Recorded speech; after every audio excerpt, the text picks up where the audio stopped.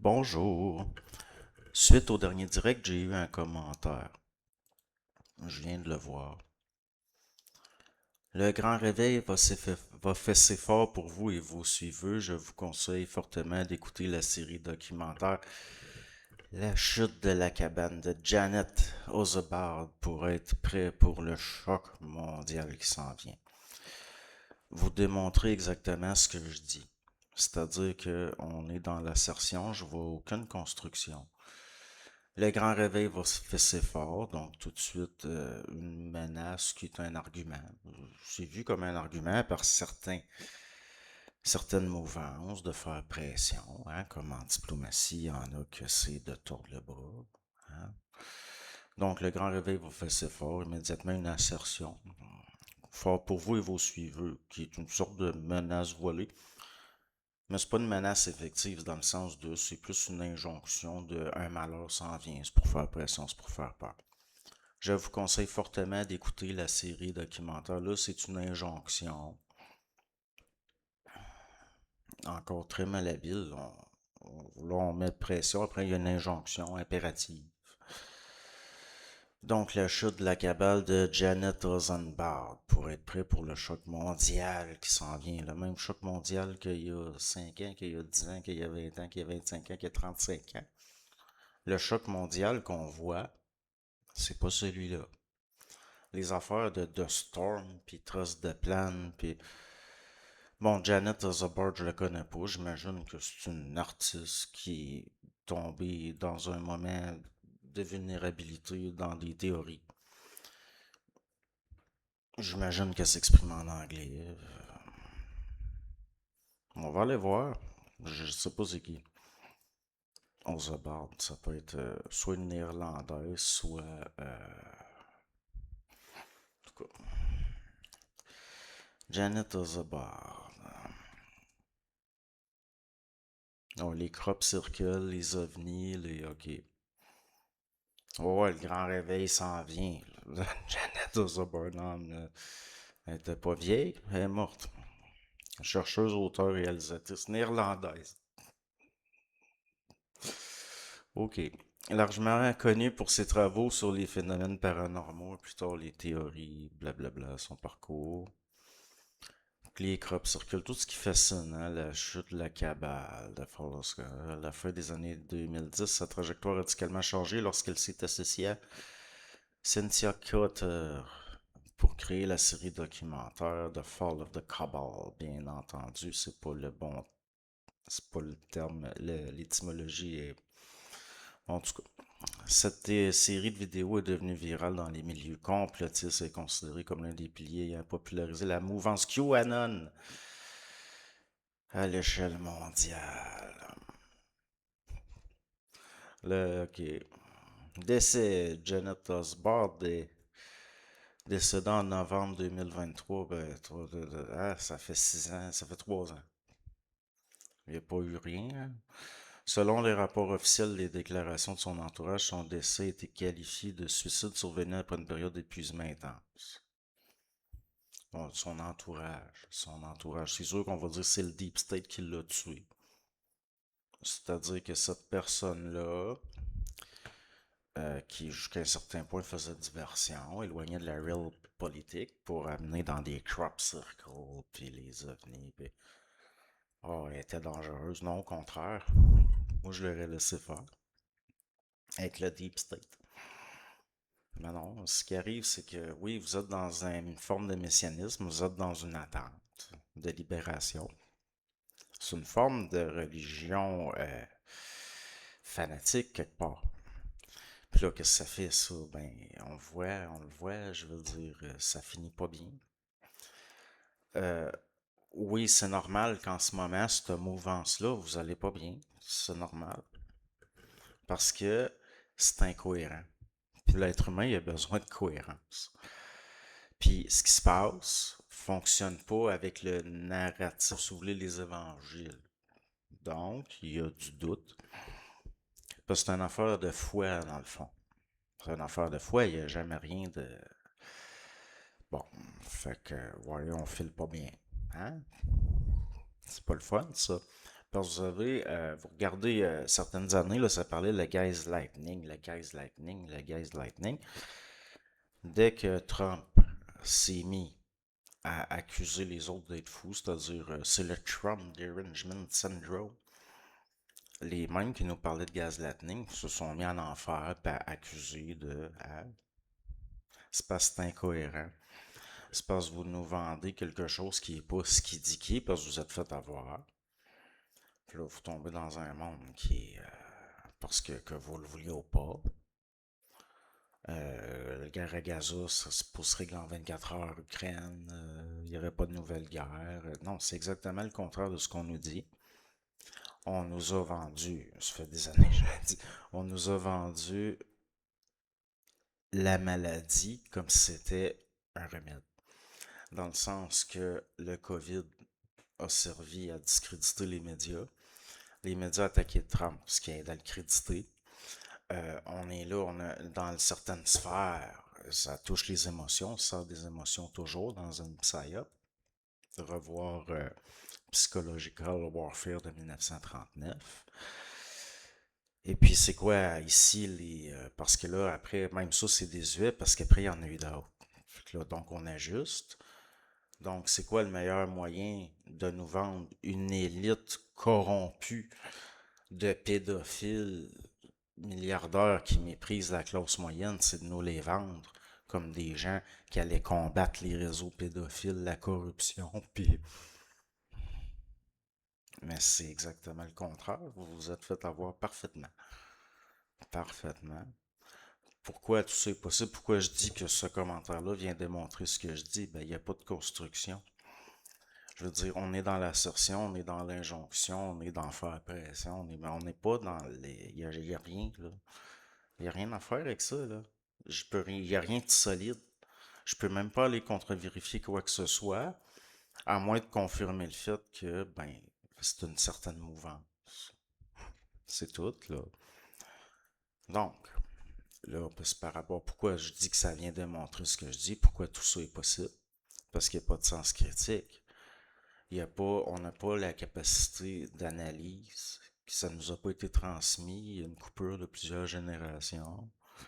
On est dans un mode anglo-saxon total au niveau de la pensée, au niveau de notre mode d'appréhension des problèmes. D'ailleurs, il n'y a plus de problème, ça n'existe plus. Vive la langue de bois, il n'y a plus de problématique. C'est un langage de déconstruction postmoderne. C'est ça que c'est. C'est partout. Même que vous le sachiez ou pas. Que vous le sachiez ou pas. Parce que ça prend un travail de l'enfer pour reconstruire ce qui est plus là. Pour se rendre compte même que c'est plus là. Parce que c'est pas une question, est-ce que le mode de pensée classique était tellement meilleur? C'est pas ça la question. La question, c'est que on nous parle de démocratie, de liberté, de ci, de ça, puis on fait des choix à notre place, puis on n'a même pas la capacité de s'en rendre compte. Puis on nous impose le déconstructionnisme postmoderne comme une vérité éternelle, alors que le déconstructionnisme lui-même vient nier. Ça aboutit à une forme de nihilisme, ça peut pas faire autrement. Pourquoi? Parce qu'il y a un relativisme excessif, complètement stupide. Prenez, par exemple, à partir, bon, quand ça commence à s'imposer, certains types de pensées qui ne sont pas classés, mais bon, on pourrait parler.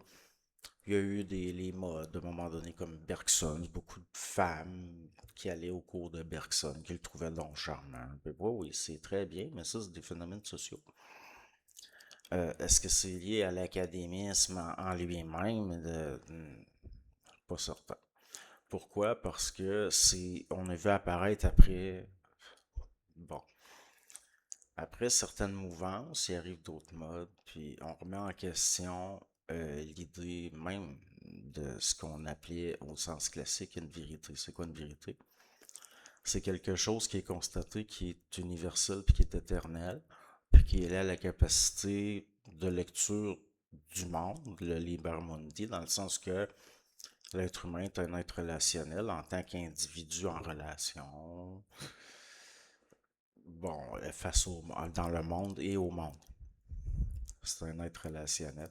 Dans le sens que Si on prend certains concepts antiques, comme par exemple l'idée ancienne antique de l'esthétique, qui subit une déconstruction au niveau du postmodernisme complètement ridicule, l'esthétique serait purement subjective. Or, c'est faux, parce que l'esthétique est liée à une fonction, au sens une efficacité, puis c'est lié à des lois de vie. Dans le sens, pourquoi est-ce que les corps dans la nature sont harmonieux? Parce qu'ils obéissent à des lois d'ergonomie, entre autres. Parce que dans la pensée antique, le bon, le vrai, le beau, c'est indissociable. C'est juste dans le déconstructionnisme qu'on peut, parce qu'on va créer encore plus de subdivisions, on va intellectualiser encore plus. Puis on se retrouve dans un monde factice de représentation, qui est facile à déconstruire puisque c'est une construction. Ça n'a rien à voir avec la réalité objective du monde. Rien à voir, on est juste dans l'intellect. Alors que ces lois-là, oui, ils s'exercent. Prenez une encolie, une fleur, l'encolie du Canada, que beaucoup ne sont pas capables de reconnaître. Pourtant, fleur emblématique de notre flore. Hein? Grâce à qui, entre autres, ça a beaucoup avancé à cause de l'éclair. Hein? Le jardin botanique, puis, hein? Bon. Euh, Sa corolle au niveau des lois d'harmonie par rapport à le reste de la plante va obéir à des lois notamment qui avaient été repérées par les anciens qu'on appelle le nombre d'or. C'est lié à des lois d'efficacité, c'est lié à des lois d'harmonie, c'est lié à des lois de la vie, ça va voir la vie, c'est lié à une mécanique, d'une dynamique vivante. Puis c'est intelligent, dans le sens d'intelligentsia, dans le sens de la circulation de l'information. Les corps transmettent l'information génétique, il y a perpétuation. Donc, est-ce qu'une limule, c'est laid? Non. Ça, c'est l'esthétique subjective. Ça n'a rien à voir avec le réel esthète antique qui, lui, était capable de lire le Liber Mundi, c'est-à-dire le livre de la vie, le livre du monde. Qu'est-ce qui est beau, bon et vrai? Ce qui est réel, qui est constatable, puis qui est efficace, qui se perpétue, qui est bon. Il y a des lois. C'est tout. Pas besoin d'en faire une notion subjective pour la déconstruire. C'est universel. C'est universel. On va dire oui, mais dans telle culture, eux, la peau foncée, c'est laid, puis la peau pâle, c'est beau, mais dans telle autre culture, c'est le contraire. Donc, ça prouve que c'est subjectif, ça n'a rien à voir. Parce que ça, c'est des choses construites socialement avec le temps, oui. Ça fait partie plus de l'anthropologie. On parle pas de la même chose, là. Parce que là, on parle de la notion subjective, esthétique, circonstancielle, culturelle, humaine. On parle pas de ce que les anciens appelaient les vérités éternelles. Hein? Rien de plus aveugle que quelqu'un qu'on a rendu aveugle par l'éducation, puis qui jusqu'à un certain point, sans s'en rendre compte. C'est là où je dis, il n'y a pas de liberté là-dedans, là. On va prendre les modes liés aux outils qu'on lui a fournis et c'est tout. Ignorant qu'il y en a d'autres, qu'il y a eu d'autres paradigmes, qu'il y a eu d'autres façons de voir, puis que les nouveaux paradigmes ne sont pas construits de façon assez argumentée ou logique pour venir déconstruire réellement la pensée d'avant, la pensée classique. C'est pour ça qu'elle est toujours revenue. Toujours. Pourquoi? Parce qu'elle n'est pas juste liée à la pensée occidentale classique, c'est quelque chose de réellement universel, c'est-à-dire qu'on en trouve les traces des mêmes constatations dans toutes les grandes civilisations. Donc, c'est ce que j'avais à dire. Est-ce que tout ça, ce que je déplore, non, ça n'a aucune espèce d'importance, dans le fond, parce que de toute façon, c'est pas mon monde. Votre monde, c'est celui que vous choisissez, pas celui qui vous choisit. Dans le sens, c'est quoi le monde? Le monde réel. Dans le sens que, ben, si vous êtes rendu à un point que vous voulez vraiment l'essence des choses, ben, le monde en tant que construction sera jamais correct. Ça sera jamais bon. L'identité en tant que construction sera jamais bonne. C'est impossible. Qu'est-ce qui fait que mon chat est un chasseur efficace? Est-ce qu'il a un trouble d'identité? Est-ce qu'il se questionne sur l'identité? Est-ce que l'efficacité liée à des lois mécaniques font de lui une redoutable machine? Est-ce qu'il a besoin de l'intellectualiser? Est-ce que non? Ce qui est beau, bon, vrai, exerce ses lois, ça s'impose. C'est là. Ça se constate. C'est tout, là. C'est pas important le reste. Donc, l'identité réelle, c'est celle de mon chat. Parce qu'il n'en a pas besoin, donc elle est réelle. Il y a une identité réelle. Il y a juste l'être humain qui intellectualise, qui construit, déconstruit, qui a besoin de ci, qui a besoin de ça, qui s'identifie, qui se situe. Hein? C'est pour ça aussi qu'après ça, il croit n'importe quoi, qu'il embarque dans n'importe quoi, qu'il devient fasciné par n'importe quoi. C'est pas de l'esthétique, ça n'a rien à voir.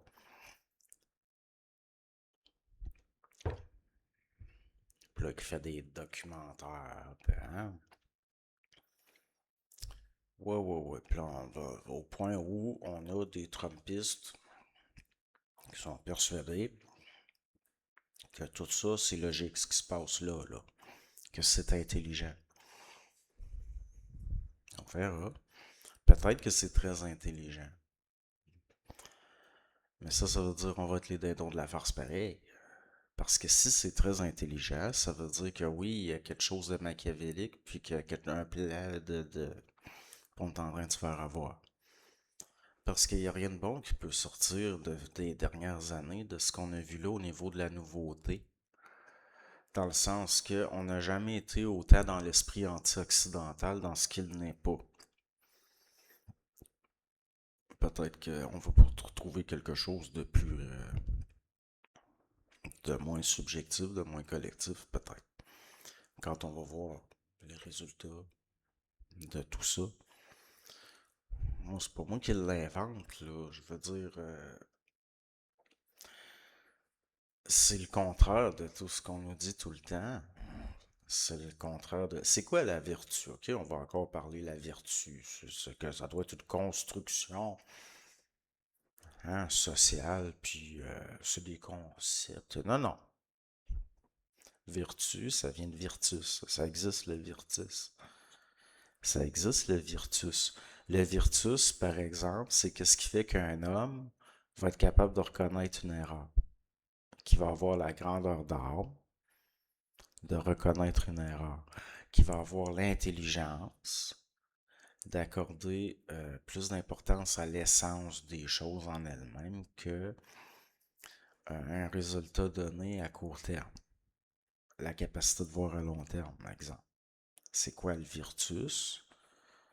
C'est ce qui fait qu'un homme va dire la vérité au lieu de mentir systématiquement. Je veux dire, Trump, c'est le contraire de la vertu, mais d'une façon totale et absolue. Il représente le contraire total de toutes les valeurs occidentales qui faisaient qu'on considérait un homme comme un grand homme. Je veux dire, j'ai jamais vu ça. C'est sa fête dimanche. Hein? Ça va être le fun. Hein? Un gros party. Moi, je vois pas quoi dire d'autre. Je veux dire, vous allez.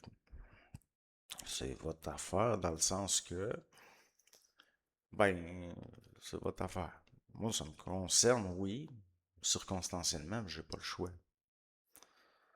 J'ai pas le choix de vivre dans le postmodernisme. J'ai pas le choix de vivre dans le mensonge du postmodernisme. J'ai pas le choix de vivre dans le déni. Le déni de, de- aussi dans l'autoflagellation qui va servir après à faire qu'on s'aime pas, puis qu'on va avoir un syndrome de Stockholm, de l'affection pour un bourreau.